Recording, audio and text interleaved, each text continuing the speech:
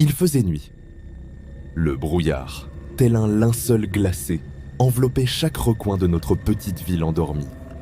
Vous savez, cette ambiance où tout semble figé dans le temps. Au bout d'une rue déserte, elle se dressait, imposante et sinistre. La vieille maison des Dubois. Les habitants du quartier l'évitaient depuis des décennies, murmurant qu'elle était maudite. C'était presque devenu une légende locale, une histoire que les enfants se racontaient pour se faire peur. Mais ce soir-là, Alex, poussé par une curiosité plus forte que sa peur, décida d'y entrer. La porte d'entrée protesta dans un grincement lugubre, comme si la maison elle-même protestait contre cette intrusion. L'air à l'intérieur était si froid qu'il voyait son souffle former de petits nuages devant lui, comme si la température avait chuté d'un coup. Des toiles d'araignée, pareilles à des voiles fantomatiques, dansaient doucement au-dessus de sa tête, et chaque mouvement semblait éveiller des souvenirs oubliés.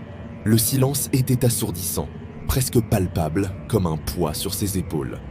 Puis un murmure. « Pars !» Alex sursauta, mais quelque chose, un instinct primal, le poussait à continuer. Ses pas résonnaient sur le vieux parquet, chaque craquement semblant résonner dans le vide. C'était comme si la maison elle-même comptait chacun de ses mouvements, surveillant ses intentions.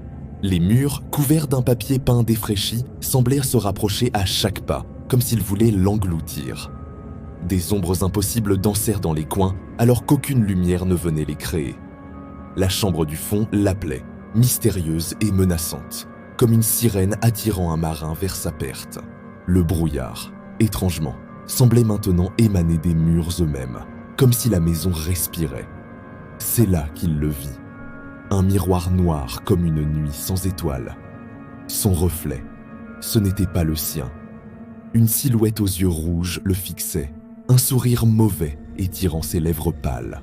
C'était comme un cauchemar devenu réalité. Elle tendait une main décharnée vers lui, et Alex, paralysé par la peur, recula, son cœur battant à tout rompre. Son pied ne rencontra que le vide. Le plancher semblait s'être ouvert sous ses pieds, comme une trappe vers l'enfer.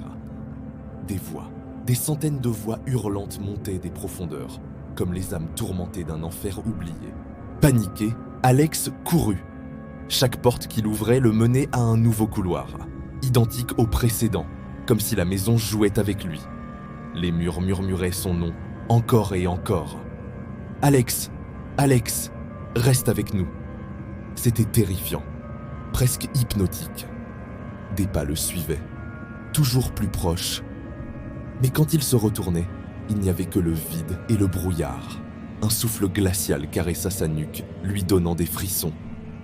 Enfin, une force invisible le saisit, implacable. La pièce où il se retrouva n'existait pas quelques instants plus tôt. Au centre, un cercueil de bois sombre l'attendait, son couvercle ouvert comme une invitation macabre. À l'intérieur, son propre corps, les yeux grands ouverts, un sourire figé sur les lèvres. C'était comme regarder un reflet de sa propre mortalité. Son hurlement se perdit dans l'immensité de la maison, écho d'une terreur inouïe. Les murs se mirent à pleurer des larmes de sang noir, une vision d'horreur. Le miroir explosa dans un fracas assourdissant, libérant des éclats de verre qui dansèrent dans l'air. Les voix devinrent des rires déments, un chœur de folie. Et Alex disparut, englouti par la maison. Le lendemain matin, le brouillard s'était dissipé. La maison des Dubois se tenait là, silencieuse et patiente, comme si rien ne s'était passé. Mais les habitants du quartier racontent qu'à la nuit tombée, on peut encore entendre un murmure porté par le vent. Pars ou reste pour toujours. Alors, mes amis, si cette histoire vous a fait frissonner, n'oubliez pas de vous abonner à notre chaîne pour plus de récits terrifiants. Activez la cloche pour ne manquer aucune de nos histoires et partagez vos propres expériences dans les commentaires. À bientôt dans l'obscurité.